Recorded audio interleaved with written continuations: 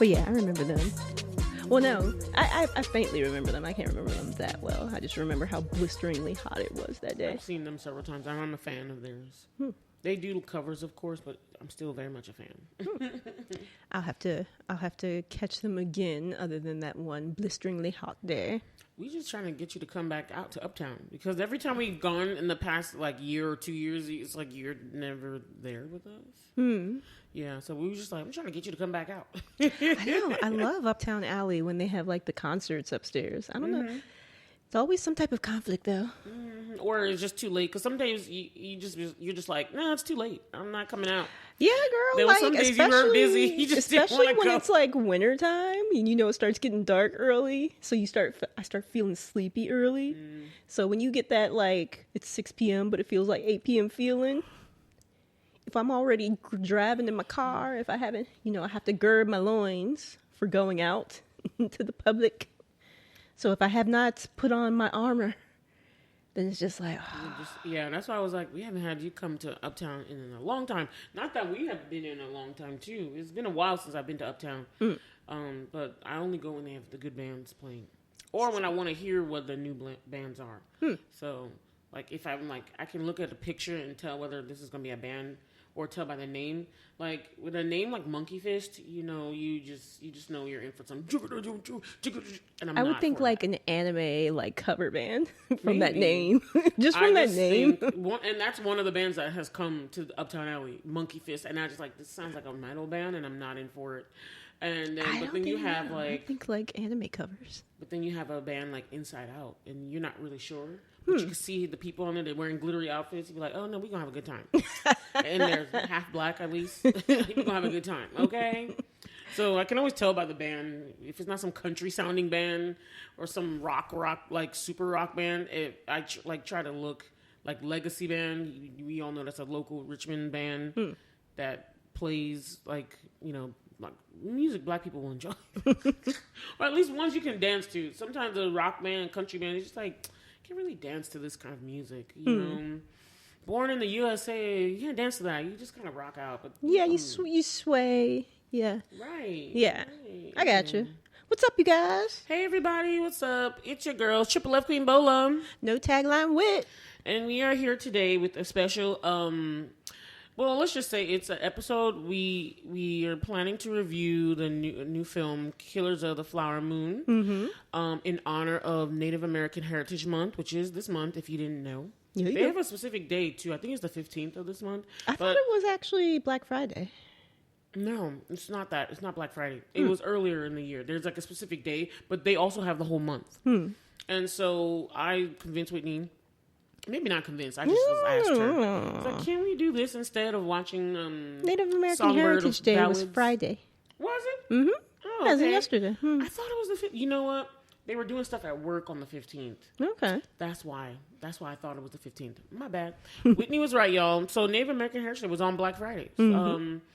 Also, Thanksgiving. Everybody knows the history of real Thanksgiving also has to do with Native Americans. So we just thought it was, apropos. Did I use that right? I believe so. Yay. We just thought it just worked well together. We got a new movie out, and I was very excited not excited, but for some reason I kept listening and hearing about this story, and I was just like, this was a real thing? Oh, I gotta learn the stuff. I gotta really sit down. I just wanted to watch it. Yeah. And I was like, the movie time length didn't really dissuade me, because I was like, I watch Bollywood films. Them films are always 3 hours. I was like, I'm good. And then African movies be having 4 or 5 for no reason. So I was like, I'm good. But I really wanted to watch this since it was based off a true story and learn the real story behind such a tragic, unimaginably horrible thing that happened because of greed and racism and just some nonsense. Just some nonsense that they hide from you from American history. Anyway. Even though it was we're glad to, despite the subject, we're glad to find a Native American film or TV show to review. Because there aren't any. There really are. I can't think of one that's not some a Hollywood whitewash thing, all the old. I can't find one thing, and I'm definitely not going to be Pocahontas. So I'm just glad that this one was like a real story of their struggles, of the issues, of something that we could really get into, that we could learn from.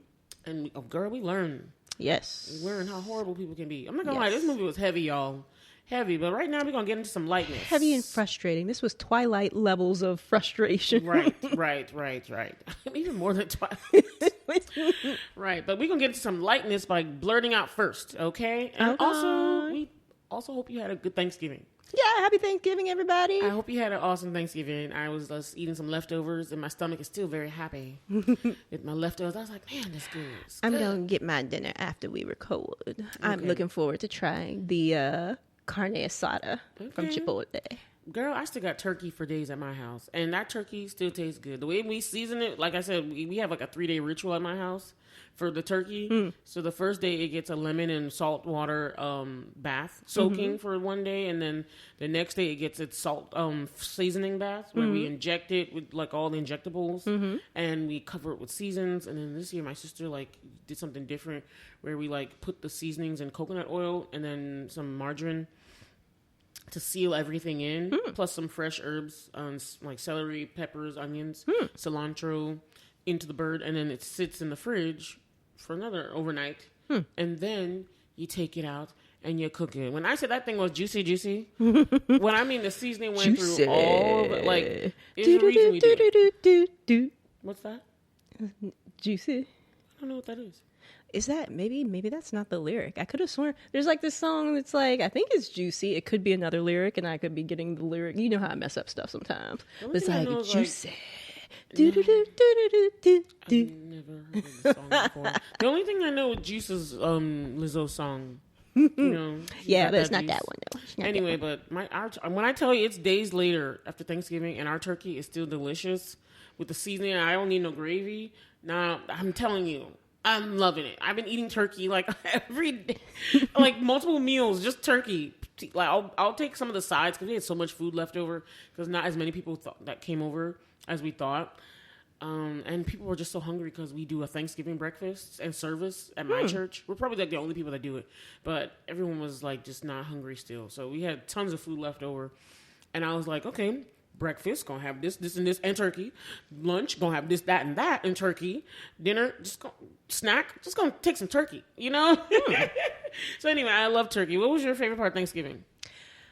I just love Thanksgiving in general. My cousins, a lot of my cousins came up from like Florida and Georgia. Oh, wow. And it was just really great seeing everyone and seeing like my nephews playing with their cousins. And it's so funny because Peter always says, he's always like, my cousins, as if they're only his cousins. I'm like, they're my cousins too. But it's just funny. Kids are something else. But it's just awesome. So excited every time he like sees and gets to hang out with his cousins. I mean, he has his other cousins that are live here, but he's just anytime his cousins here, his cousins that come up, it's just funny. It's nice when you get family to get to.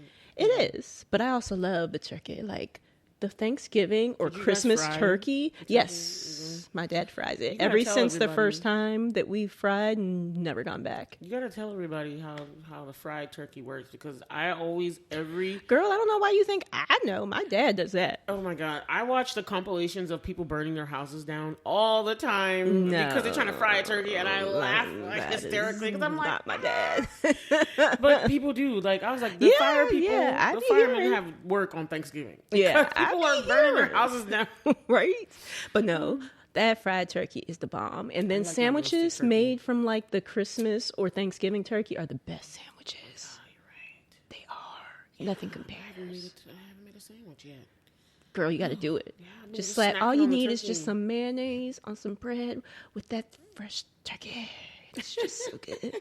Sorry, I didn't mean to make this sound like a food porno, but the food is popping. The only thing I'm mad about is I didn't get any sweet potato pie or pumpkin pie this year. But I mean, not like I can eat too much sweets, but I really wanted some. Nobody brought it. There was apple pie, and then there was like these frozen dessert pies, like a chocolate cream one and a turtle one. So I like tried like a bit of that, but I was like, man, nobody brought no pumpkin or well, we like pumpkin pie at my house. I made sweet potatoes, so I didn't really care too much that I didn't have a sweet potato pie because I make my sweet potatoes like very simply with just butter, salt, cinnamon, and honey. Bam. I chopped them up, and I was like, this is like basically like pumpkin pie, sweet potato pie filling for me. But nobody in my household eats sweet potato food. I made it and I brought it back home because nobody ate it. And I was like, all right, I'm gonna eat it at home. You know, it's fine.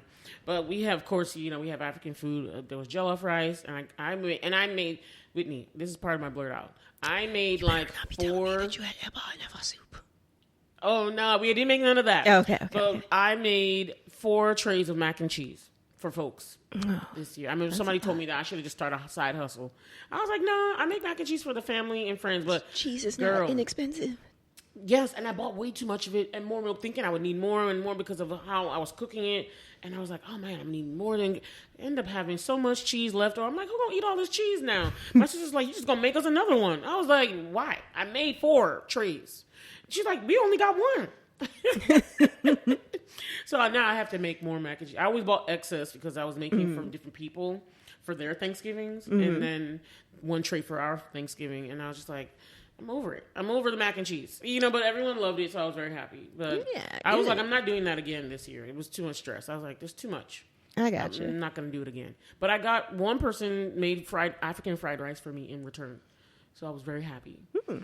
I got a whole bowl of just African fried rice. And her fried rice is the best. Like, Tutu's Kitchen, y'all. I'm trying to get her to set up I'm trying to get her to set it up. She got 3 kids at the moment. But I'm trying to get her to set it up. Be like, you need to set up and stop playing and cater food. Because she makes the bomb food.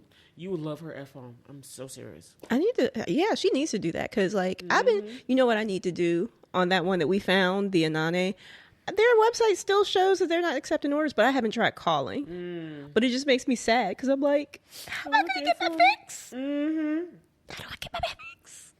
We haven't made any F1 in a while. My sister did, though. She froze it, though, and she gave it to my mom because she had her own Thanksgiving in her house with some of her friends. I remember that last bat. Do you remember the time? I'm sorry. So as you can see, we're blurting out about Thanksgiving, y'all. Anyway, the month is not over, so we're not going into Christmas just yet. We're giving it some space. But Thanksgiving it's after is amazing. Thanksgiving, so I feel no guilt about having all Christmas music 24/7. I'm not gonna lie to you. Yes, I literally have my station planted to 98.1. Delilah's on Christmas songs. Occasionally, I'll go to 90.5 to listen to the Christian ones. Then go back to mostly like 98. And I was like, I'm not even going to play my regular music because sometimes I like to drive with my YouTube playlists on my YouTube music. And I'm just like, no, it's Christmas time. I'm going to listen to Christmas music all day. You act like you can't have like a YouTube Christmas playlist. You're right. But I just like that the radio has it on and it's always just on whenever I can turn it and I'm going to see whatever new release Pentatonics has put out. Oh, yeah. Since they put up, still doing it? They pretty much, it seems like every Christmas they put out a new Christmas album. I know, right? It's always fire. And I'm like, are there new songs? Like, what have right? in years? You got to wonder. I was like, are there new Christmas songs to discover, you know? Anyway, so we were blurting out about Thanksgiving. Pretty much. Everybody enjoyed themselves, right? Indeed. I'm still waiting for my sweet potato pie chutney. Just letting you know. What else you blurting out about, Balaji? I am blurting out about, I was talking to you about this. I don't know if you captured it or not, but I was talking to you about Dance Candy, which is a local live band in our town of RVA. I haven't seen them in years. It's been a while, especially since after the COVID and stuff. I haven't seen them in a long time. Been so long. Right. You've been gone. Right. So please, what tell me what it is that you want to see. Exactly. Danger. We did this last podcast, you know that? We did. Yeah, we did. It's spent 2 times in a row. But I really like their cover band, of course, but they are phenomenal musicians. And anytime they play and do something, I'm just always in awe and amazed. They had a new singer, which was a guy this time. And then my girl, Sam Reed, who's the main female, she's like the only one. She came a little bit later, but the new singer was amazing. But what I liked that they did was that in between playing a song, they'll like play another song for like a breakdown part. And you could hear that it's changing to another song. It's like a mashup, but a very uniquely done mashup where it's like it'll sound like one song and then switch to another. and then back to the same original song. Oh, like Glee mashups. Yeah. I used to love the Glee mashups. It was awesome. And I was like, I love how you guys did that. I was like, haven't heard a band that did that. And I was just so impressed with them. They played like 3 times over the night. And in between, me and the girls, we were celebrating Chad's birthday. Happy birthday, Chad. Happy birthday, Chad. Belated Hope you had a great one. We were celebrating her birthday and hanging out. And in between, we were trying to learn the water challenge dance. You know the song, Make Me Sweat, Make Me Harder, Nope. Make Me Lose My Breath, Make Me walk. I know you've seen the videos. Somebody showed you a video of somebody doing it, trying to shake their booty. No. No. You cannot tell me you have not heard. Somebody showed you. That water song is too popular for you not to have heard it somewhere. Yeah, well, you know me. I never know about new stuff. Oh my gosh. I can't, Sorry. y'all. I'm so upset. She'll put it in the show notes, you guys. Everybody knows they already know. I don't even need to put it. They just know. Everyone knows the song because it plays everywhere. It's a South African singer named Tyler, but she's famous for this song because of that dance. The dance made the song famous. It went viral, and it's like a butt dance, and it's so funny because everybody and their mama's trying to do it. Some of them don't got booties to be doing this, and they're not doing it right. But you just watch. Is it kind of like the Beyonce "Uh-Oh" type of thing? Not even close. It's just like it's like a unique type of dancing that's like it's a butt dance. You got to bounce your butt. You don't have to do too much, but it's like everybody's trying to do it because you have to face the back to the camera so people can see you, and then people are not doing it right, but they still, even babies do it. Like there's videos of babies shaking their little diapers.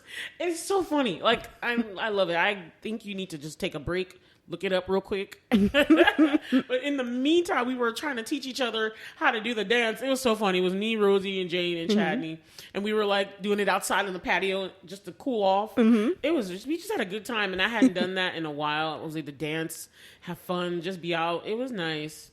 Nice. Yeah, so I was really blurting out hard about that because I enjoyed them. We stayed till I had never stayed at Uptown Alley that late, but I didn't get home till like 1 a.m. Wow. We stayed that long because it was so enjoyable. We just was like, yeah, we still here. We out. We having fun. Single ladies. Well, Jane's not single. All the single ladies. All the single ladies. Right? We just have a good night in the town, dancing with ourselves, having a good time. Only other thing I'm blurting out about is that The Crown came back. This is the last season of The Crown. But because of the writer's strike, they only have 4 episodes ready. So the 4 episodes premiered like sometime earlier this week. Can we just snap it up for the end of the SAG-AFTRA strike? Yes, so happy for the end of the writer's strike, actor strike. And so I was happy to watch. I watched with my family for Black Friday. I never go anywhere for Black Friday. I didn't go shopping or nothing. Me either. I don't know why I never do anything on Black Friday. I didn't even look online this time. I'm in the market for a new TV. My sister already sent me some deals from You should look in Costco. Costco has good TVs. Deals. She sent me some deals, some Black Friday deals from what's it called? From Best Buy. But I was just like, I'll get it when I can get it when I can get it. You know what I mean? I'm always at home and I'm always eating. I just stayed home and like watched Naruto reruns, vegged out. Just like, and then we watched The Crown later on. But it's at the part. It was like the lead up to Diana's death. Princess Diana, for those who doesn't know. And it was very interesting. It's going to set up. So the next 6 episodes, because usually they just put all the 10 together. And I was like, why is it not the all 10? I was like, why didn't they just wait till December and premiere all of it? But I think it's because the next portion is so different from the first 4 episodes that leading up to Diana's death. Then they go into the kids and what happened to them in the modern times. So they're like, okay, we're going to do it like this, and then we're going to do it like this. So I'm looking forward to the ending of the Crown era. I love it. I'm a big Royals person. Don't know why. I really hate the institution, but I really enjoy watching and learning and seeing their story, their history, reading. I've already read Harry's book. Very entertaining. It is. I love it. So anything royal, I'm down. Yeah. But that's all I'm blurting out about. Okay, cool. What about you, Whitney? Well, it's royal adjacent. Okay. I mentioned it in our last episode, but I mentioned it about being excited for it. This is now mentioning it because I've actually seen it. Oh, we got the same flavor. Sorry. She's talking about the Vitamin we're both drinking. It's hilarious. But I am blurting out about seeing 6 at the Altria Theater. Yes. I knew. That's why I was like, save it for the next pod when you watch it. You know how sometimes you like listen to the whole soundtrack of stuff And because the soundtrack is so good, sometimes like the show is not always going to be as good if it's not the original cast, because different voices and whatnot. Exceeds expectations. It exceeded my expectations. I'm so glad that they don't have cameras pointed out into the audience, because all they would have sounded was like. You're like the spectacle of it all. It's just awesome. Like the format was like a concert. So, sorry, everybody. So, 6 is a Broadway, one of the newer Broadways, and it's based off of the 6 ex-wives of Henry VIII. So, that's why it's called 6. But, like, the initial number that just, like, pulled me in and never let me go once I heard it on one of my...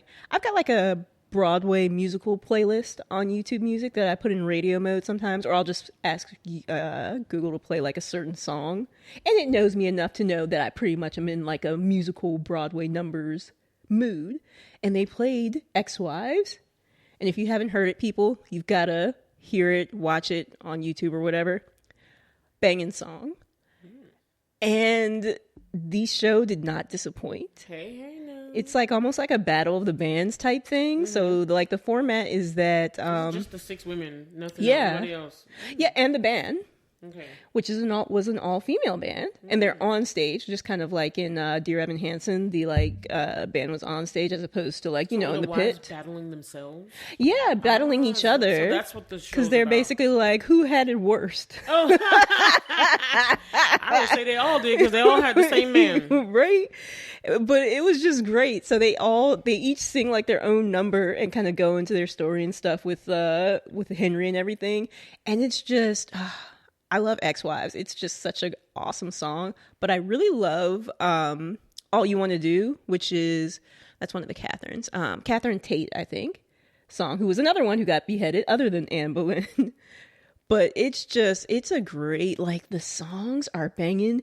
And since it's like in a concert format, like they're doing like a battle of the bands, there's actually like a lot of audience participation encouraged, so you're like cheering and stuff, which isn't quite, I mean, you clap usually for like a show after like certain numbers, but this is like part of the experience. Yeah, you're like part of the experience. It's like it feels very concert like, but it was just awesome. It was awesome. It was a shorter show. It was just 80 minutes, no intermission. But I was just so, like, expectations exceeded. It's an amazing show. It's good. I'm glad you liked it. Anybody Ashley went to it as well. I know. I was talking to her about it. And I was like, why didn't you just ask Whitney to go with you? Well, I mean, I'm my mom's Broadway buddy, but I would have, like, met up with her or something. Yeah, well, so that's why they didn't have a, what do you call it, intermission, so it would have been hard to meet up. But... yeah, I didn't know that she was going that same day, because I think Ashley usually tries to go on Saturdays if she's going to go see a show. I don't know if she went on the same day as you. She did. Yeah, because I talked to her about it on Friendsgiving. But yeah, we both loved it. It's an amazing show. I encourage anybody who has the chance to see it, see 6. It is an awesome Broadway show. Awesome. So what else you blurting out about? I think that's probably going to be, you know what, I'll do another mention. I watched with my mom last night. We also watched Murder on the Orient Express, which she hadn't seen yet. And I really like that one. You've seen it, right? Oh, yeah. Yeah. The Nile one's my favorite still. I actually like Murder on the Orient Express better. I don't know why. I didn't like the Orient Express as much as I like the Nile one. And it was the opposite for me. I think I liked the solution, like what the answer was, even better on Murder on the Orient Express. For whatever reason. But that one I like better. It's hard for me to choose between the third one, though, A Haunting in Venice. I would have to rewatch that one before I say between A Haunting in Venice and Murder on the Orient Express. Yeah, that one I didn't watch, but because I thought it was going to be horror-y, but now you said that it's not like super horror-y, actually. Okay. It's still like, yeah, I think you'd actually probably be fine. Okay. But yeah, I forgot one. This was the one I was thinking of. I thought it was Dance Candy, but it wasn't. Let me let you finish. I'm sorry. Yeah, but we watched that, and then we also watched a movie called Men, which was kind of a horror one. But Your mom watched this with you? Yeah, my mom's into horror, so we watched stuff together. It was a very interesting watch. It was a watch where after the end of the movie, I had to look up articles to be like, "What did I just finish watching? Like, what happened?" And it is a very thought-provoking thing about, like, toxic I don't even know if toxic masculinity is the right word, but just like, like learned male toxicity and how women get blamed for many things that like, so the main character's husband dies. It's unclear if he committed suicide or if he fell because he was trying to get back into the apartment from the balcony. But he blames, like, prior to that, he's like, if you divorce me, I'm going to kill myself. And I'm like, that is an awful thing to say. And that's so emotionally abusive and manipulative. I would have been like, I'd like to see you try. That's what I would have said. But yeah, but it's like that type of thing where, like, one of she's in this village after this happens, like, after her husband dies. And the priest is like, so what did you do to drive him to it? And it's like, whoa. And he's like, well, and he like hit her at some point. The husband like hit her at one point. And she's like, and the priest is like, well, do you think if you gave him a chance to apologize, maybe he'd still be alive? So it's like the film is about these things like women being blamed for things that they don't have any part in, but also a certain amount of guilt associated with it because of, stuff like that, these pressures that just, but it was really weird, like really weird, sometimes messed up, like, imagery, but really interesting watch. I know you'll know. Yeah, it's a movie. But yeah, Men was really interesting. And it kind of reminds me a little bit of Killers of the Flower Moon, just in some of the like... We'll get into that in a few minutes. Exactly. But yeah, that's going to wrap it up for me, I think. I forgot my this was the main thing I actually did want to blurt out about, more so than The Crown and Dance Candy. I watched season 2 of Loki. Yes, I did. And because I waited for it to finish because I was like, ain't no way I'm waiting around every week for Loki to piss me off. Because I was like, I like Loki the character. I didn't like Loki the series. I was like... I like Loki the character. I didn't dislike the series, but it's at the bottom of like my series I've seen. I personally didn't like it. I was like, I don't understand this. I don't get this. It's almost like the show is too heady. And I was like, this is just not making sense to me. And I'm not following what's going on. I don't like where I'm trying to make sense of the show, and as you're going along, but then they keep introducing things, and then it doesn't make sense still. And I don't know. I just Loki season 1 just really rubbed me the wrong way. But didn't mean, like you said, it doesn't mean it's a bad show. I just didn't like it. And I wouldn't watch it again. But I watched season 2, and I have to say, season 2 was a lot better. I actually very much so enjoyed it. It's still very heady, but it has new characters in it. You got to see Kang, but a different character. He was one of his alters for this one. He actually something played Timely. Yeah, Victor Timely. He played Victor Timely, and he played Kang, not the Conqueror that was in not the one. He was like He Who Remains. He was He Who Remains, and he was Victor Timely in this one. I thought He Who Remains had died at the end of season 1 of Loki. Well, you got to watch the series because he does come back, but you got to. I'm not gonna tell you how. Okay. He does come back, and it's very trippy. It's a lot of time traveling, but what I liked about it was the redemptive quality of Loki's character. He actually did something very sacrificial and like really cool. And then there's something apparently in the series, in the comic books, I'll just say this, that Loki becomes like the king of stories or something they call it. And so this influences what he becomes later on, and he's just trying to save this and save time and save something from ending. But it's like, I love the growth arc of Loki in this series, and I really enjoyed some of the episodes, and it didn't like... I still hate Sylvie. Sylvie's like, I don't like her character. Even in season 2, I still dislike her the most. But Loki grew on me more so, and I was like, okay, season 2 I can fuck with. You know what I mean? Season 1, I was like, but season 2 was way better, and I actually really enjoyed it. I'm going to have to check it out. I'm actually 2 series behind, because I've still got to do Secret Invasion, and Loki. And I'm just gonna add a tail end because I've been so upset to hear because we reviewed, as soon as we reviewed the Marvels, so much crap came out about it being like news reports literally like it's a flop, it's a bomb, it's a this, and I was like, what is it? People boycotting it in South Korea because of Kim So-jung not being in there for like 5 minutes. Well, only 5 minutes, I guess. And I was like, this is not a bad movie. Just because people didn't go to the theater doesn't mean it's a bad movie. People were saying they walked out, they didn't like, and I was like, yo, people don't listen to other people. Just go to the film, watch it yourself. Because I was really mad about all the stuff I kept hearing about it. Yeah, because I loved the Marvels. I loved it too. I was like, I would literally pay to watch it again. Yeah, and same. I could not understand the people that hated it.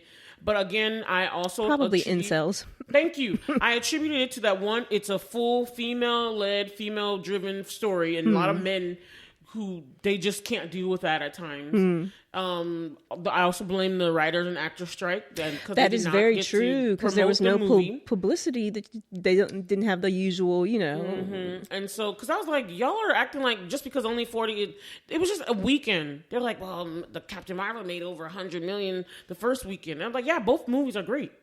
But I was like, this one is good too. So just because it only made 40, it's like, I don't think the box office is a great indicator of the quality of the film. You know what I mean? Yeah, agreed. I was just upset about that because I really enjoyed the Marvels and I really think it's a good movie. And I was like, you're gonna make people like think the movie was like trash, and it really wasn't. I was like, the last couple of films, people have been complaining and having superhero fatigue, saying that Marvel is just like cranking out too much content because of Disney demanding too much content. And I don't know if that might be true. Might be true, because there haven't been some great ones. Like I know Ant-Man to me wasn't that bad. It was a watch. It wasn't bad, but it was not people's favorite. Yeah. I understand. And of course Thor 4 was not very great as well. But again, I was just like upset about that. But Loki was good. And Secret Invasion was also very good. So the series are doing good. All right. But that's all I'm going to blurt out about. Okay. All right. So are we ready to get into the review? Let's do it. All right, y'all. So let's get deep. Let's get serious. It takes two to make a thing go right. I was trying to get deep, and she just went funny, but singing that song. All right. So The Killers of the Flower Moon is based off of a true story of the Osage Indians' murders during the 1920s. What they call it? The something of terror? They call it the Reign of Terror. And it was really a really bad conspiracy attack. It was very close to just being attempted genocide. Yeah, exactly. Genocide of a people group just to steal their wealth and money. And it is appalling, abhorrent, all the other abominable words you can add. Yeah. That's what it was. And it was a very long film. And then the storyline had the added factor of being frustrating to the levels of like Twilight frustration. I have never huffed and puffed so much in a movie in my life. Like, I was trying to be calm eye rolls and quiet. So many times because of Molly.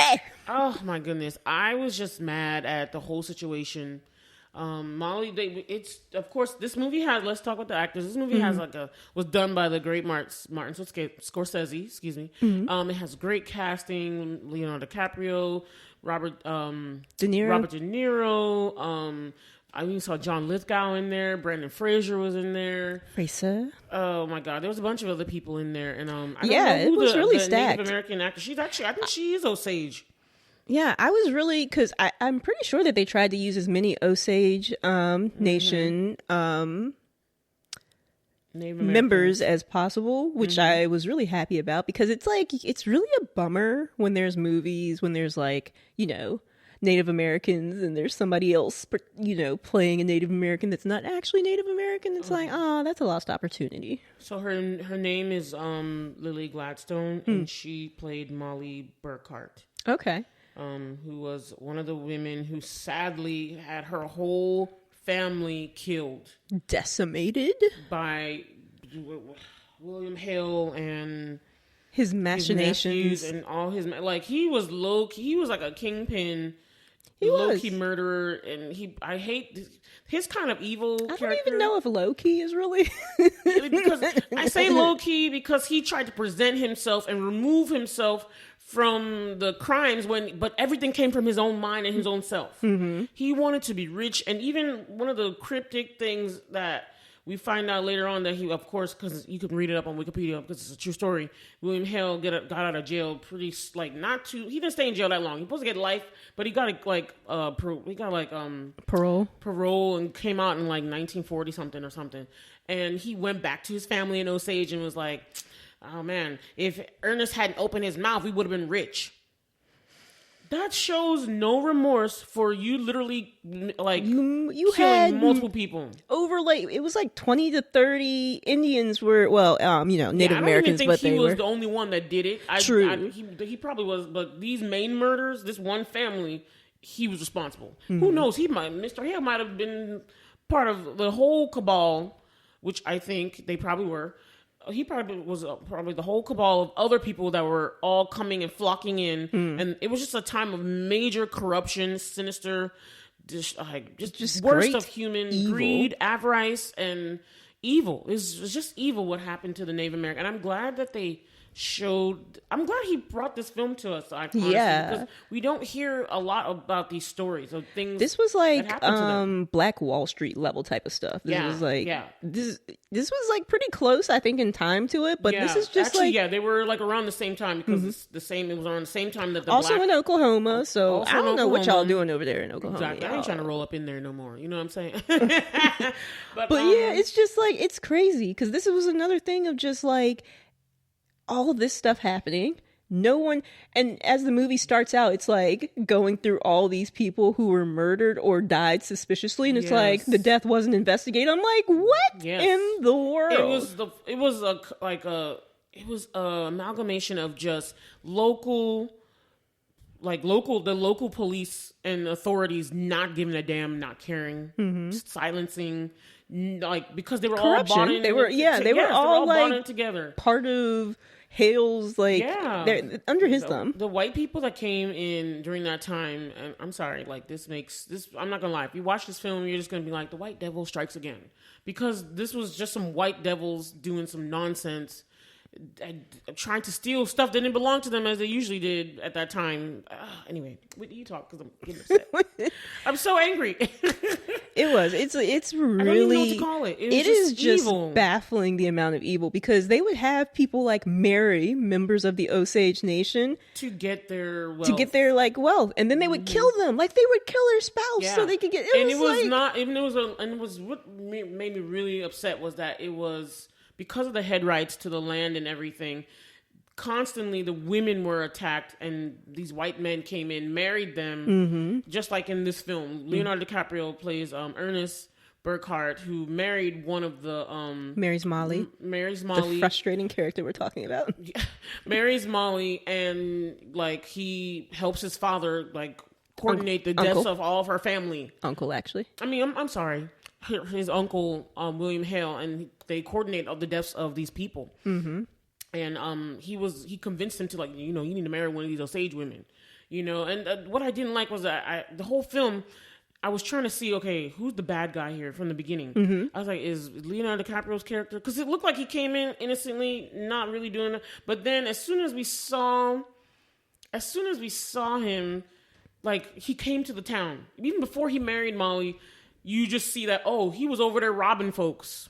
Yeah. And then gambled all the winnings away. Right? And I was just like, so she didn't even check if this man was a good man, really. He's really not. I'm like, he was a dumb son of a gun. And he was prone to criminality from the beginning. And they all were. Yeah, because Molly at one point hires a private investigator to investigate these murders, and the PI is actually doing a decent job, uncovering stuff. And then you see the PI gets killed, and then in a flashback you see that it's freaking Ernest and his brother. They killed him. But again, William Hale and his nephews were behind so many disappearances and murders, and there were so many of the Osage that were dying because of their wealth. So just to give you guys some context, if you don't listen, please watch the movie or read. I'm going to put a video in the show notes so you guys can see a small little documentary. It's 27 minutes about this, but at the time, oil was struck on the Osage land, right? And so within just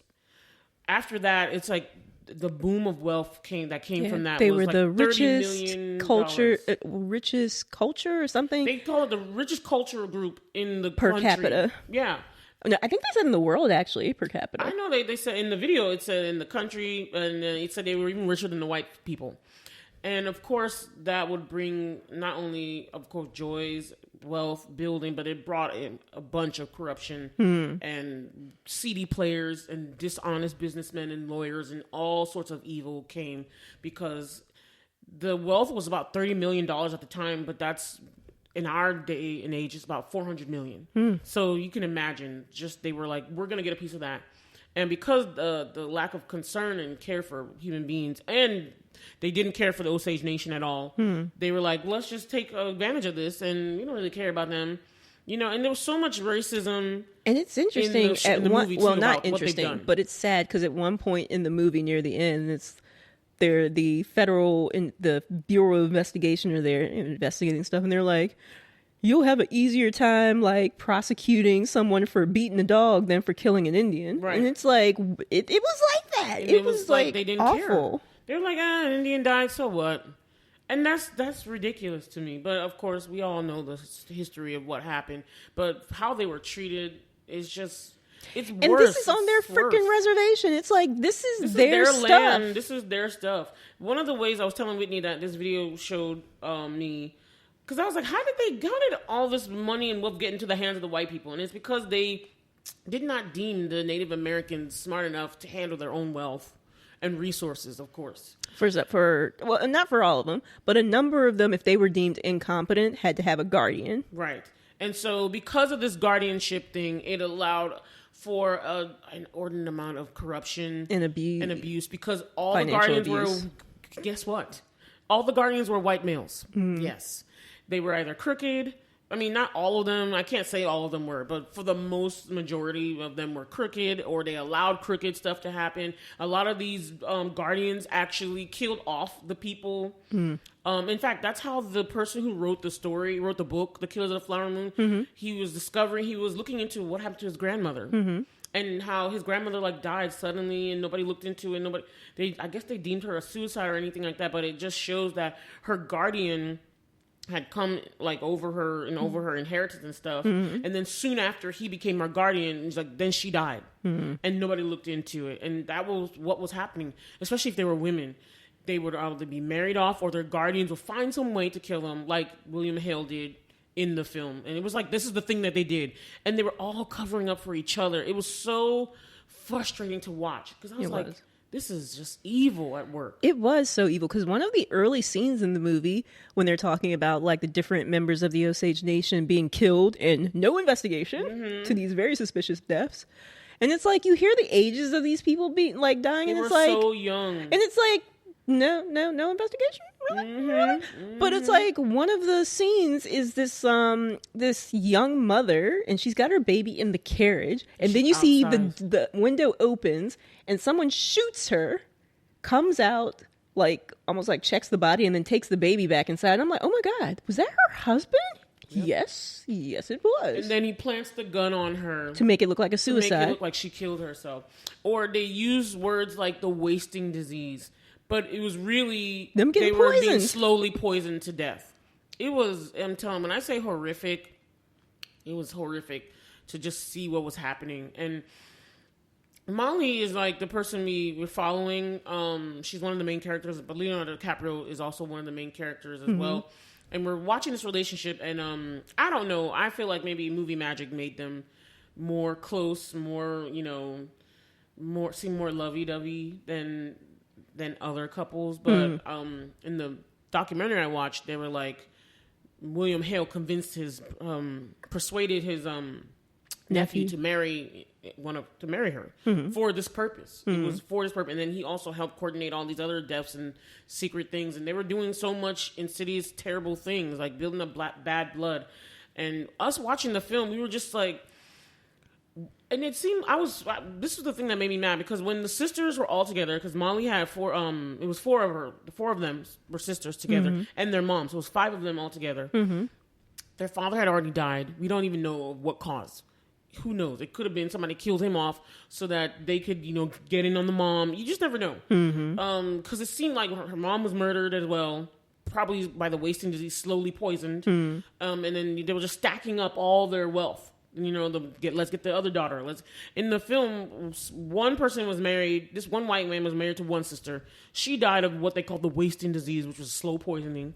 And then he married the other sister, which I thought was just ridiculous. And I was like, why were you guys even doing that?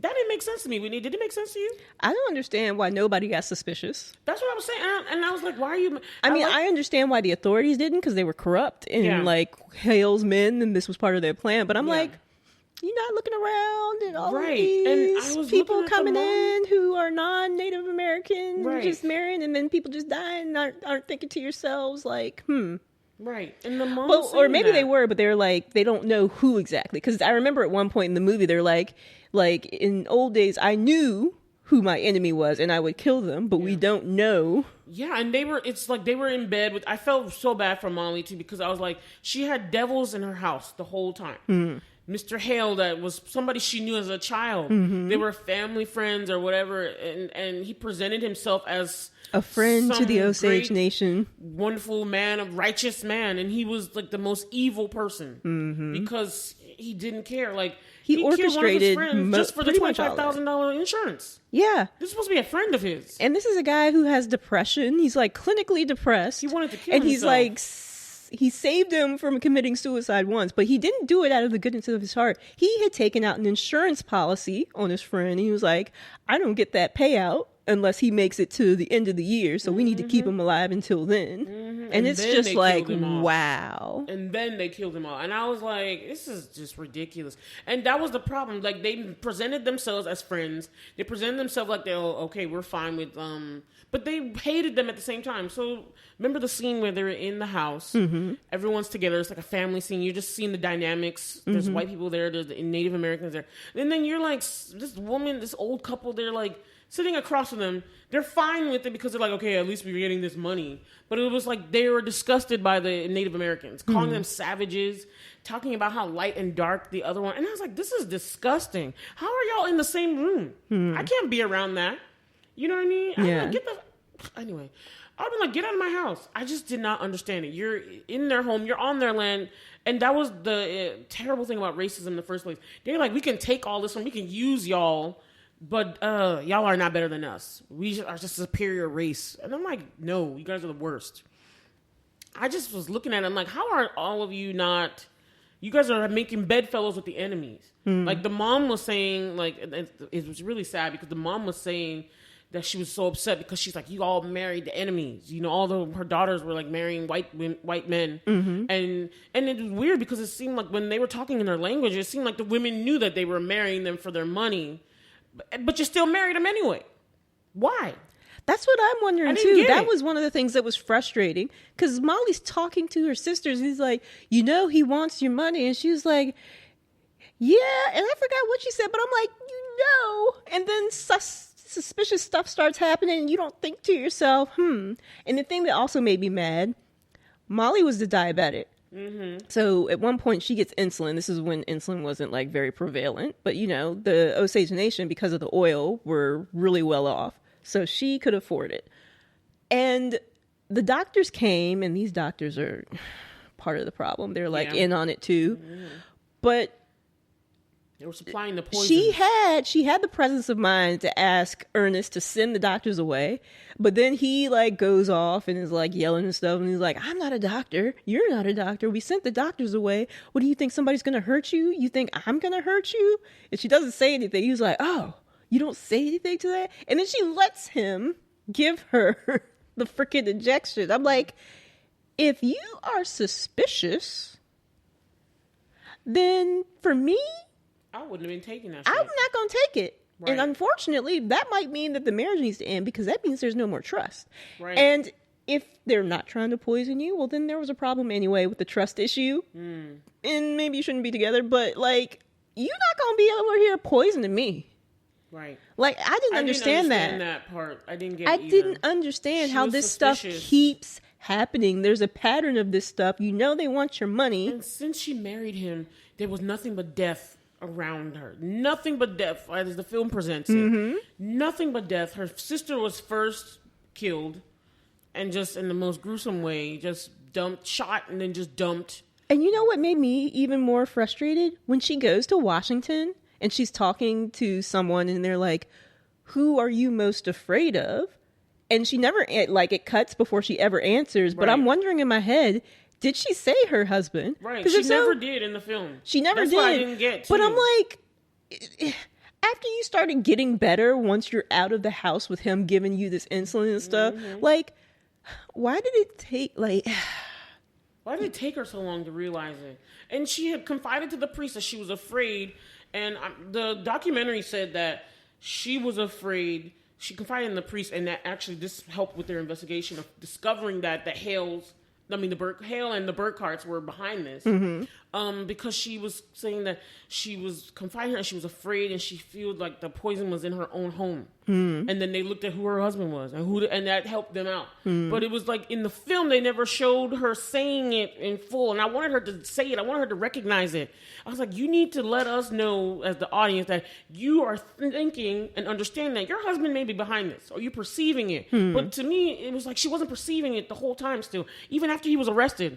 I was like, why would you come up here and touch his face? And I was like, this man tried to kill you with poison.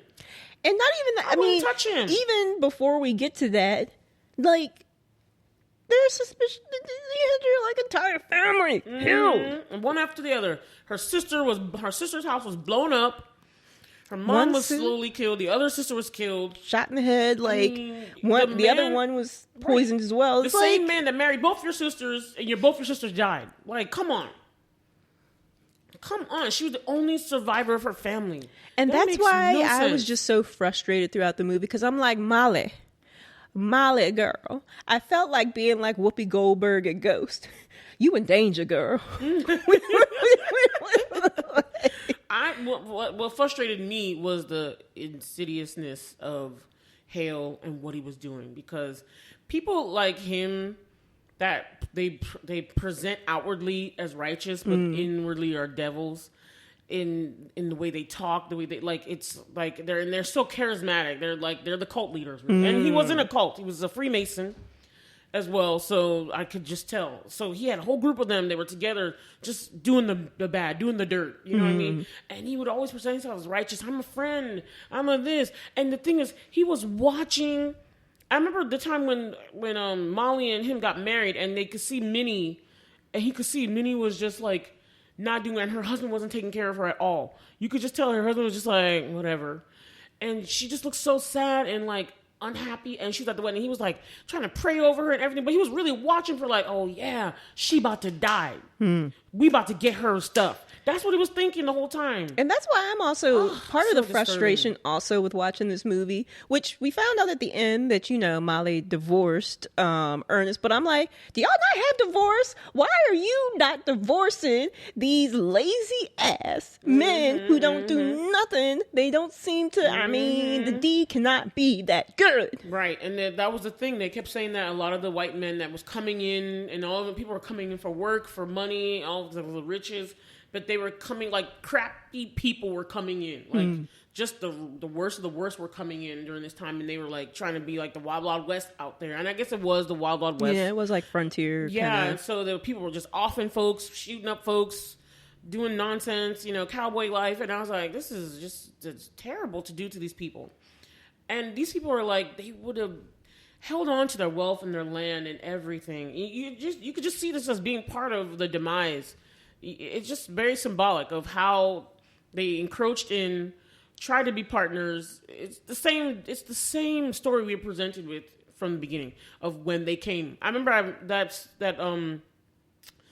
scene where Mr. Roan, who had been killed, he was in the he was trying to get a hold of his own money, right, in the bank. Oh, Henry Roan? Henry Roan, yes. Okay, and sorry. He was saying it too. He was saying it that, you guys are not doing anything. He's like, how are you gonna tell me what to do? He's like, you guys have been nothing but trouble since y'all came off the boats and all the kind of stuff. And I was just like, yeah. And he's like, why can't I get my own money? And it was and it's like guardianships. It's like not ancient, but like it's like modern conservatorships. It just shows how problematic that type of thing is because of the potential for abuse. And it's all because of greed. Yeah. They just, because of greed, they just forget themselves, forget their integrity, forget that these people are people. I mean, they had no respect. That's the main thing. They had no respect for the Indian community anyway. They just pretended to. They had some fake respect. They just wanted to go along with them so they could present well, but then they're going to be like, well, we're just going to keep poisoning her on the side. And that's how most of the women died. They were poisoned by their husbands slowly. And it was like they married, or the guardians, the guardians or the husbands killed them slowly, mostly by poisoning or some other thing, like you said, shooting them and making it a suicide. Oh, and she then killed herself. blowing up the one, and it's just like, what in the world is going on? Right. It was such a disrespect for the people. It was, and it's just like, it's so blatant. It's like all of these deaths are so suspicious, and you know there's money involved. None of these deaths are being investigated. Like, what? This is clear corruption. It's very clear. And I was like, she went to Washington, and she's told them, and I was in the movie, let's just go with the movie. She said that, and now she told the guy, she's like, please help us. They're coming after, they're killing us for our oil money. But I was like, you didn't think about your husband? Like, while you were still well enough to go, you didn't think I need to, like, maybe go to Auntie's house and not stay with him? I was just like, okay, you got that in your head. Then why are you not more concerned about your husband and what he's doing? That's what I didn't get either. Like, why did you never look over here at this seriously sus person that you are married to? I just didn't get it. So, like I said, the film, I don't know if it's film magic that made it seem like he loved his wife for real. Because I was like, in real life, I was like, nah, William Hale organized this because he was just like, we need that money. So, and that was the thing, that Ernest was supposed to poison her and kill her anyway, but the documentary said he was unsuccessful because she survived. But he was doing it. He was doing it, and he's like, he persuaded him to marry her just so he could kill her. And I was just like, it was just awful to me. And he tried to act like he wasn't involved, but I was like, no, you did a lot. I think he had some agency on who that he chose to marry her, though. Just going off the movie, because like you see that he likes her, and he asks his uncle, and his uncle's like, "Okay, I think like in real life he didn't. That's what I think. I'm just saying. But then you also look at his brother, who Anna was into. That was her ex-boyfriend. And when you think about it, Anna was older, so it would have made sense for his older brother to go ahead and get with Anna, get to the money a little bit sooner. But they just killed her. So it's like, I feel like he had more agency than we give him credit for. And what I also didn't like was, like, he was encouraging his nephews to marry them and do all stuff, but you saw his wife was white. His daughter was fully white. Like, I was just looking at it, like, this is what I'm saying. Like, you gotta really, when the manipulators and the cult leaders trying to get at you, really gotta analyze what they're saying, because he was talking like a kingpin, gang, don cult leader. I was just like, the stuff he was saying. And then he tied up a lot of his loose ends before when the investigators came. Everybody. The dude who blew up the house with one of Molly's sisters. He had him. He was like, "Oh, you should go knock over this bank." Right. Or was it the grocery store? I can't remember. No, I think that was the one with the grocery store. And he was the one that was tipping people off. And then just blown away by the... Exactly. He was telling him, go rob this place. And then he would tip off the owner. So then the owner caught one of his loose ends and shot him. And that was the thing, because once the once the Bureau investigation, because they're not known as the FBI back then yet, once they were coming in and looking around, snooping around and stuff, they were like, oh, well, the feds are here. You know what I mean? They were like, okay, I got to tie some loose ends up. He even tried to swindle and kill his own nephew, which I didn't understand, because... I hate to say it, Leonardo DiCaprio's character was so dumb. He was dumb as a bag of bricks. And then at one point in the movie, he's like, I'm going to need you to sign this paper. He was like, this paper? He's like, yeah, in case something happens to you. And it's like, dude, your uncle just had you kill a bunch of other people so he could get at the money. And you going to sign this piece of paper. What I wanted to ask you, Whitney, was like the fire scene. Fire scene. Okay, so I didn't understand... why was it Hale or Ernest's land that was on fire? Hale's. It was Hale's land. Why was he burning his own land? Remember the other guy when they were out there looking at the land burn? He was like, "Oh, he just took out a $35,000 fire insurance policy with me a month ago, and now the field's on fire." Oh, okay. So he about to collect some insurance, right? Because the other dude was like, "Looks like he's gonna be busy with paperwork in the morning." Oh, that's why he did it. Okay. Everything was about money. I thought that was Ernest's house. That's why. Like, no, because remember they lived that house was very secluded. So it was Hale's house. The fire was right outside their house. Remember the scenes where even she was like out of it and stuff because the poison was becoming so crazy and so bad, and her health was impacted. But it was like the fire looked like it was right outside their house. Remember the scene? It was going back and forth, and you could see even Ernest was looking outside at the fire at one point. No. That was like the explosion. No, not that part. It was when they were in the house and it was the fire, the whole scene, everything was going. I was like, what is going on here? There was a scene when there was a lot of red on the wall as if there was a fire. Maybe they were close enough, but Ernest and Molly's house was like closer to others. They were almost like suburban type of spacing, whereas Hale's house was like, almost there, like more it was a ranch, rural type of spacing. Yeah. Yeah, he was the worst. Like you could just tell as you were watching, I got increasingly suspicious of him. Mm-hmm. I was like, no. At first I was like, okay, Leonardo DiCaprio's character is not that great, but I thought he wasn't as bad. Mm. But then I was like, but he's not great. But then I was like, who's the real baddie in this? And then I was like, I see it's increasingly it's Hale. suspicious. But and it was just bad. But Ernest was winning no awards because it's like, you know what you're doing. You killed this PI with your brother. One of his people were going to kill children. You arranged for her sister and husband to be killed. Like, what? And the fact that he was like going back and forth between whether or not he was going to confess or not, and I was just like, man, you a dumbass. Like, he was just so dumb in how he did everything. And I'm just like, you're not gonna get off. Like, he wasn't gonna get a deal anyway because he was part of the problem. He might not have killed anybody directly. I mean, I think they still give deals in that case. No, he got life imprisonment, but he just got paroled because nobody cared. They're like, okay, whatever. Native Americans. That was the other part that I was like wanting to look into more, which is why I watched the documentary, because I was like, no, I need to figure out, because I'm not sure why Scorsese made the choice to present the what happened next in the silent film, the radio show. You know what I mean? Mm-hmm. So like the radio play. I don't know why he decided to present it that way. I think because it's more creative than just putting like the black screen with the text up. You know how a lot of movies do. Because I was like, are you making light of this? Because I was like, it's kind of looking like you're making light of the situation. But then to see him inserted into the film as well, I was like, wait a minute.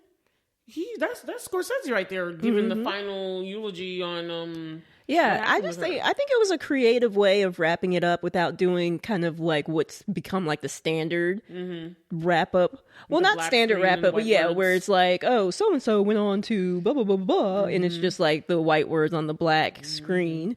This was a more creative way to do it. And I mean, I'm just glad they finally ended his treachery, but you saw that it wasn't just him. It was many others in the community. They were totally fine with what they were doing with this corruption, with destroying the Osage community. And I read an article that was talking about even after he was in jail, there were still a few like suspicious deaths that happened. Still happening. So it was just like a culture of corruption and greed and murder and no concern for like and life. Nobody taking charge, nobody fixing, nobody helping out. I mean, I really want to research and see if the Osage like land is still there, like what became of them. I'm sure they were, because I'm sure most of their money was stolen by white people. Isn't that what Scorsese was like? Basically, he consulted with them. So I think they're still. I'm pretty sure they're still there. I'm pretty sure the people still exist. I just wonder if they still have their land, any of that wealth, and I just wonder what became of it. You know what I mean? Because there is an Osage County in Oklahoma, but I'm like, is that just Native American land? Is that their money? Is that their like? I wonder, like, what became of it? Was it like so impacted, and because so many of these white people stole their money and their land? But you read to me, I don't know if it was in the radio show you played for me or something else, but you were saying that, or you played back that Congress passed some type of bill that only... Oh, yeah, that's true. That's true. What was it? That only Osage, or at least Osage descendants could actually... So that so that prevented it from, like, non-Osage people, like, taking advantage in the same way. Yeah, I don't know when that was passed. I will post the video in the notes. I'll probably watch it again, just so I can see it. I was listening to it as I was driving here, and then I was like, but I want to look at it, because I just think this story is... crazy. I'm actually glad we watched it, even though it was a hard watch. Like, it was like what they did to the bodies. Like, they even like hacked up and destroyed Anna Brown, Molly's sister's body, to disguise what they did to her. You know what I mean? That was crazy. I was like, what that y'all was doing crazy. with the body? I'm like, what in the world? Evidence was missing.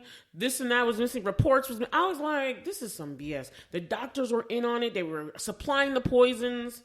I mean, they were in the language they were using. Oh, slow her down because she was doing stuff. She's so stubborn. I was like, it was all patriarchal, racist. It was disgusting and disturbing. I'm not gonna lie, the movie is very unsettling to be honest with you. But I'm really glad for like filmmakers making stuff like Killers of the Flower Nation, Watchmen, Lovecraft Country, because these are things they don't like. I mean, we know that like from history or school or whatever that like the Native Americans were treated very badly, but like stuff like this just really tells you about the things in history that they don't tell you about in school. They don't tell you about Black Wall Street. They don't tell you about this stuff.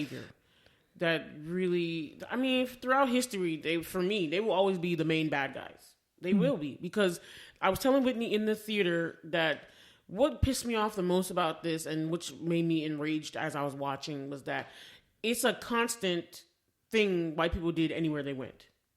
They went in, they either came in with some vice or, came in with some, like an appearance of friendship or like trade or establishing whatever, and then they just came in, ripped everything apart, tore them down, raped, destroyed everything in their wake, and then they're like, man, and then then they don't want to take responsibility for what they did, and then you have years of racism, when they have to be like, okay, no, we're here now. We're all together here. You guys are not the best in the world, but no, we are. We come first. It was just so evident and glaring. And I was like, why is it the same everywhere they went? Places that didn't belong to them all over the world. And they still think they're the best in the world. There's still white people, they think they're the best of the world. And I'm like, you're not. You guys are not. And I'm like, they cause so much problem. We have colorism because of white people, because of racism, the ideals that they brought through the world, through going to places that didn't belong to them, thinking they own the whole world and that they can do what they want with the people of the world. And it's just the arrogance and entitlement of it that just, and the disregard for other human beings and their life and their culture and stuff. And then it's like, none of those cultures do that back to them. You know what I mean? They've never had to experience what they've dished to people. That just was what I was thinking about. Because I was like, look at this. This is Osage land. This is their money. The oil came up on their land. They deserve this wealth. But all y'all came up in here and was just like, oh yeah, we just gonna take this. Y'all don't matter. This is gonna be ours now. I mean, it's the same everywhere. And then, okay, we'll marry you, but we don't really care about you. You can die. Come on. It was just, I don't know. I just thought it was so wicked. Especially the marrying in. And then killing them off. And I read a book called Homegoing by Yagasi. And it talked about how the slave trade. It's a very unique book. I do highly recommend it. And it talked about like the slave trade and how white people came. And some of them did on the Gold Coast of Ghana. Some of them came in and married women. They did. They took the women and stuff, but they did that to forge relationships so that they can continue to steal people for the slave trade. So it was like, oh, they had their white wives in their countries, and then they had their little black wife on the Gold Coast. And it was just disgusting. And what was messed up was that as in the high houses and everything that was of what was going on, you have the black women that they chose to marry, the one that they deemed pretty enough to marry, and their little half children, and then below them were where they were keeping all the slaves, sickly, diseased, in pain, shackled until the ships came. It was just the juxtaposition of how she wrote it because of the events, and I was just like, that's what they did everywhere. It just made sense. It triggered something for me because I was like, that's terrible. Terrible to just come in and like, oh yeah. That's why I hated that part where he talked to her so bad. He called her name. He called her a bee. He made light of her herbs and medicinal and traditional remedies, which actually probably would have helped her more to combat the poisoning he was doing to her.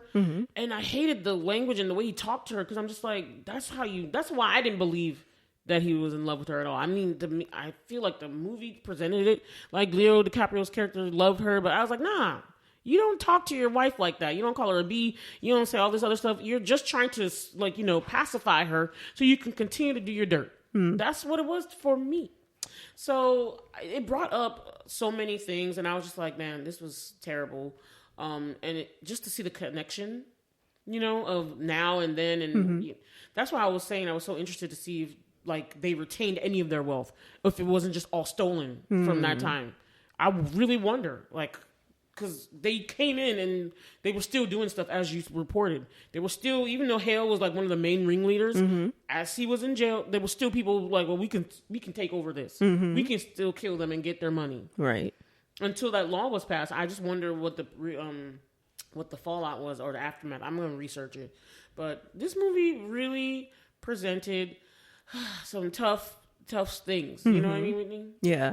Sorry, I had my little rant, but yeah. This was a hard watch. I'm not going to lie. It was a hard watch, but it was a good watch. I think. It was. It was long. I'm not going to lie to you. I did bring snacks. 3.5 hours, you guys. I brought snacks because we was in there. And the movie, while you're watching it, doesn't seem like it's going that long. Yeah, it doesn't feel like it's dragging on or anything. I mean, your butt might start to feel it, but, you know, watching it is not like a chore. It doesn't feel... Yeah, it didn't feel like a chore. I was mostly like... I wanted certain things to pick up, like when they finally started like picking these people up, like like Blackie and all, and arresting Ernest and all, and I was like, okay, it's picking up more now. But in between, there was stuff going on.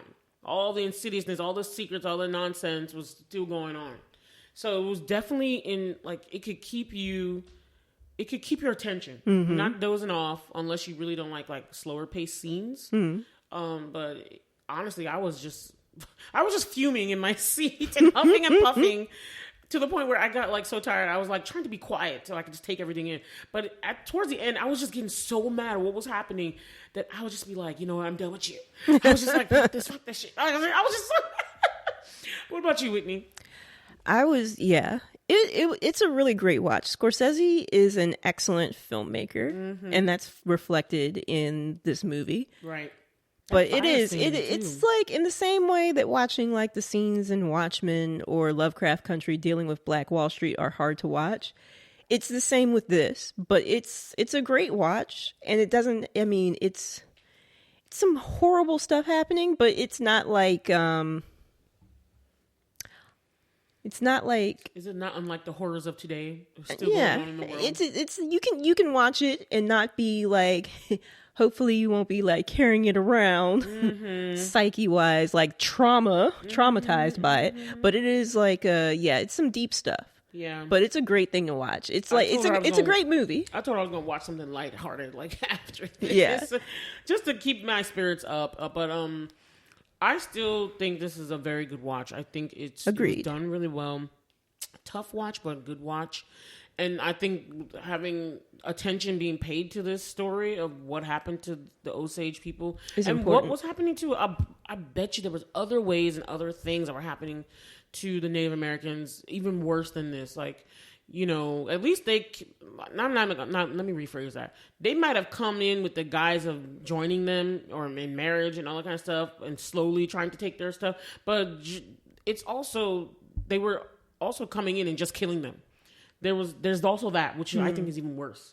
You know, like it's hard to say. Worse. Yeah, it's hard to say. It's really hard. Like because one is more insidious, or one is like just full on attack. I don't know, like full on butchering of the genocide. They're both genocides. I feel almost like the insidiousness is worse. Okay, maybe you're right, but we do know of the tales of they're just wiping them out, you know, and it's like they're just apparent with it. We're like, we're not playing, we're not coming in any guises. We just gonna come kill y'all so we can have this land and be done with y'all, you know. And I remember I hated when William Hale, De Niro played that character really well. By the way, he's an excellent actor. Oh, he played that character well because he still presented himself like some kind of savior, some kind of leader.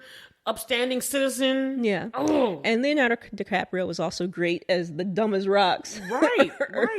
Playing like a Midwestern. And what's the actress who plays Molly? Her name is Lily Gladstone. Lily Gladstone also does a great job of playing a very frustrating character. Yeah. I mean, I'm not going to lie. The crying scenes, she did a good job. I was like, ooh. But the problem, she had to cry so much because so much bad happened. There was so much, like, she played, family. like, the stoic part so well. And I don't know. Thinking about it, I'm just like, you know, I use this quote from The Perks of Being a Wallflower a lot. But, you know, that they say about you accept the love you think you deserve. I'm like, there's just so much trauma there. It's like, did you think that this was the best you deserved, girl? And I was like, why can't y'all marry your own people? That's what I was like, and I'm not saying you. But I was just like, y'all would have been safer. The money, at least y'all are the same people. Because I was like, y'all knew this is what I didn't get. I still don't get this. They knew that they were marrying it and coming for their money. They knew it though. Why y'all still mingle? Why? I just be like, if y'all, I would be like, don't come near me. But again, it could have been something they did, especially with the guardianship things and them having to ask for permission to get their money. Their own money. It was degrading.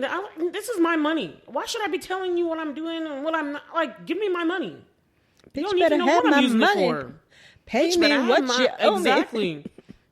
So even that within itself was like belittling of them, of their intelligences, of their own. You know, like, you're not deemed capable. Come on. Mm-hmm. That's that nonsense. That's what I didn't like. They deemed all other races incapable. What? I just thought of inferior. Something. Maybe that's part of what made Molly the type of character she was. Because she was one of the ones deemed, quote unquote, incompetent. So she had to have a guardian.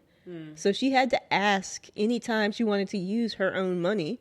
And that type of, you know, oppression, I'm sure, has an effect.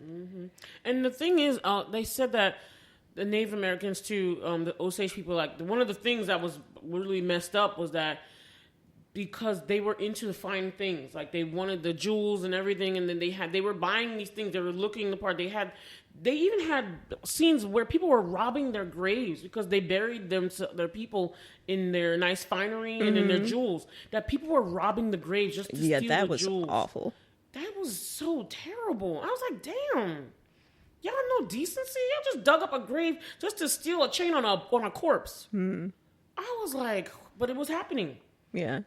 And it was like all that glitter and glam, and it's like, why can't they have that though? Y'all don't have to steal it from them, and they would. That was one of the things that Ernest did. As soon as he came in, and we saw what is he like outside, like what is he, the first thing we see him after we are introduced to him is he's holding up an Indian couple stealing all their stuff, and then proceeds to gamble it away within seconds. I was just like, the damn foolery.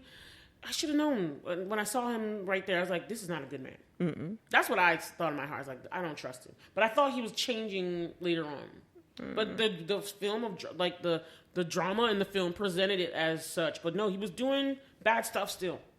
He was doing bad stuff, and I feel like he might have been intimidated, might have not had no backbone against his uncle because his uncle was so big. Very intelligent at all. Yeah, maybe that was it. But he just went along with it. No sense of decorum or integrity at all.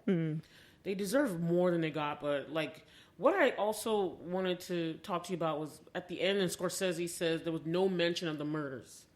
Do you think that means like no, it was not mentioned in Molly's death when she died later on? Yeah, I think it meant in her obituary.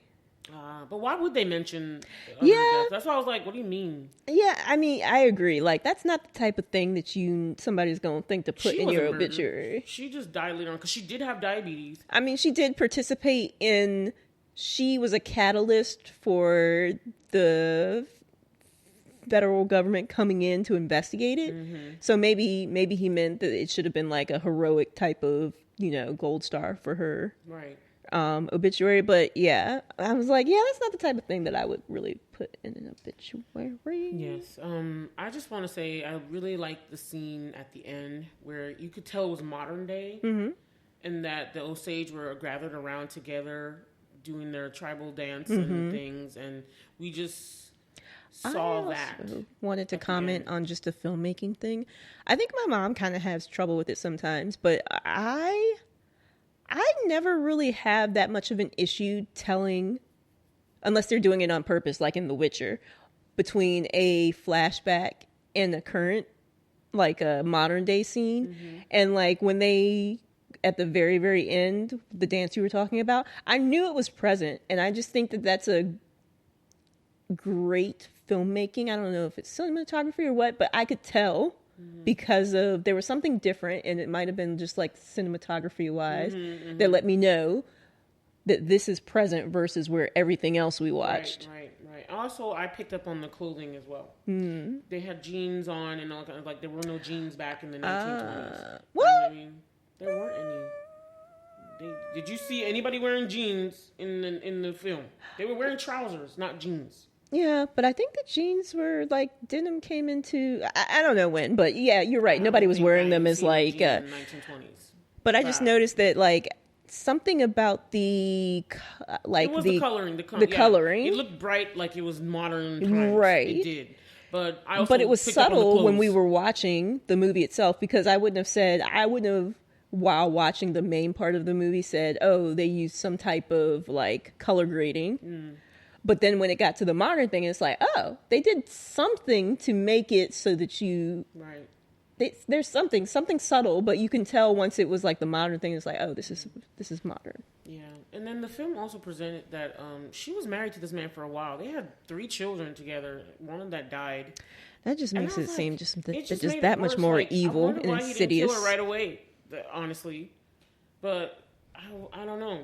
Because I'm just like, you were with this man for that long? Like, you had 3 kids? And you had no suspicions, nothing, no idea, no talking, no inklings. No suspicions? He even learned your language. He learned the language, excuse me. I mean, I don't know. Some of it's like, Molly, why didn't you see? Or, why didn't you open your eyes? Or why didn't speak up? But they did say that Osage don't talk much. And I don't like that either. I don't like that he said that either. Now, because it just seemed like... And it's just like, thinking about it now, the guardianship thing, it's like, she doesn't have that much power. Because it's like, you got all this money, but it's like, no, you don't really. Because this other dude... Questioning you every time you Now that I'm thinking about the dude she was talking with, I think he was one of the dudes who was in on all the stuff. Yeah. So it's like, yeah, where are you going to turn? You don't have access to your own money. Yeah. And that's what he was saying. He was like, you're becoming a little to show up. Once they blew up Molly's other sister's house, they blew her up. And the husband survived for like a couple days and then he died. And I was like, But it was like, okay, you're becoming a little too showy, you know? And it was like, okay, so you know what's going on. Not trying to do nothing about it. He was just like, you just need to, hey, calm down with it. That's that. It was like there was nobody, especially all the white men. They just pissed me off. The whole film. I was like, they just was Anyway, are we ready to rate? Yeah. What will you give it?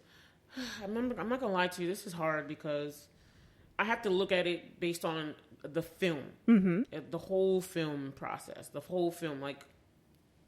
Not the subject matter, which I didn't enjoy. It was very unsettling.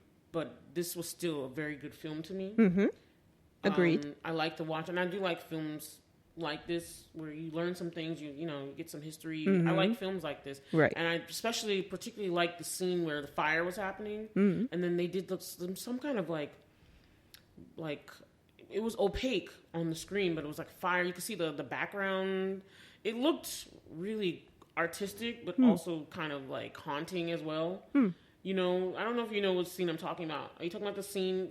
The scene where they're just like showing the FBI agents are like watching the fire. Yeah. And then they're showing the handlers of the land trying to take out the fire. Oh, yeah. And then they had some opaque parts where it was like the figures were blurred. And then you could just see this kind of cloudy, I don't know what to call the emotion, but it was some artistic thing they were doing with the fire on the screen. I just remember being like, this is very haunting.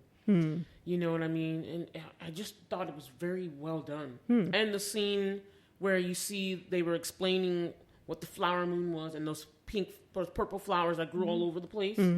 I really liked the cinematography of this. It was great. All the acting was done really well.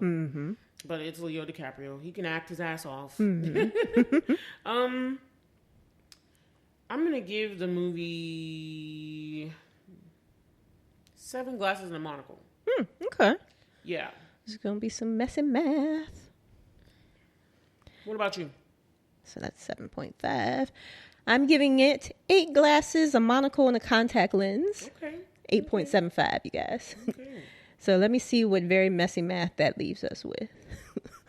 8 glasses and a half a contact lens. 8.125 is the average. Maybe we should just be rounding up to the 10th place. You know what I mean? Okay, so that is our review of Killers of the Flower Moon. It's honestly a really good film.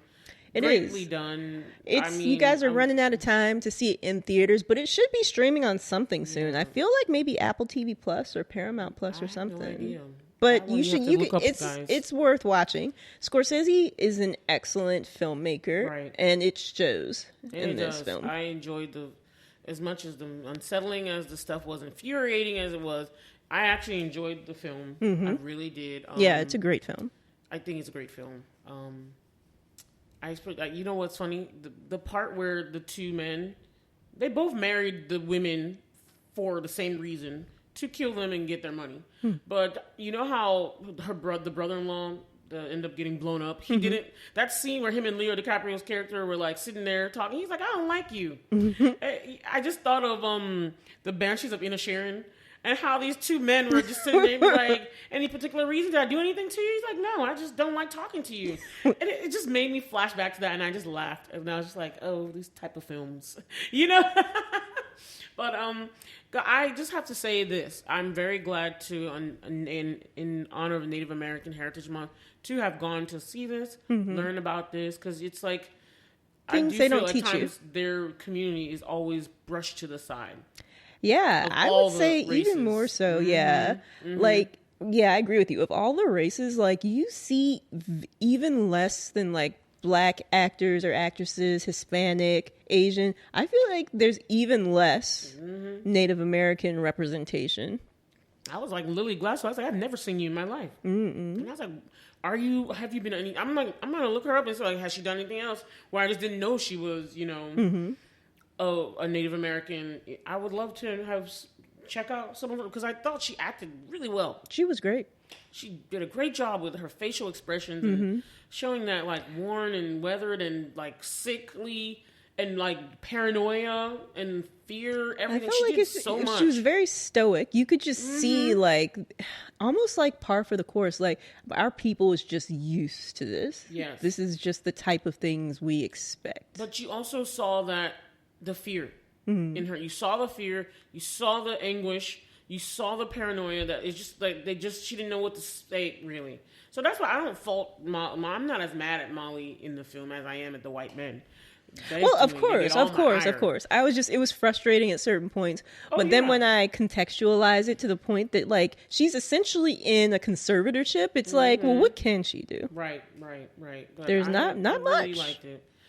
But they don't get enough credit. They don't get enough, like, awareness about what's going on. I still remember watching news stories about how Native American women and children were being kidnapped and, like, nobody was caring. Oh my God. Yeah, this was recent. This was in the past year during the pandemic, everything. I remember the story about how in certain places in the north, their communities, girls were going missing and nobody looked into the disappearances of these women. And this is modern time. And then I was like, wow, why is this only coming out now if it's been happening for so many months? That their women are just being kidnapped and they're young girls and nobody knows what happens to them. Nobody's looking into it. So it's just a lot going on. It's terrible. But I feel for them. I mean, I'm glad for the education of this. I'm glad for the chance to know about this history, and I really want to look into more about the Osage people, to be honest. Yeah. All right, y'all. So that is our review. We hope you guys go to the theater, and please message us if you watch it. Tell us what you guys thought, what you learned. I mean, we would just like to hear about it, especially with this particular film. So message us back, y'all. Right, Whitney? Yeah, hit us up. All right. Well, we are blerding out, and the next time you hear from us, it's going to be Christmas time, Christmas season. Well, so Christmas month. Some new stuff. Yeah, Christmas month, honestly. Pretty much after, like, Friday, after Thanksgiving, it's like Christmas time. So Christmas trees are already up around, and you'll see us in the Christmas time area. All right? All right. Blerd out, everybody. Bye. Bye. Thanks for listening to our podcast. Please subscribe to our show on whatever podcast listening app you use and share the show with other Blurs and non-Blurs family and friends. And if you like this episode, please subscribe to our email newsletter at blerdtalkbw.ck.page and also rate and review our show on Apple Podcasts. Intro and outro music is Twilight by Caption.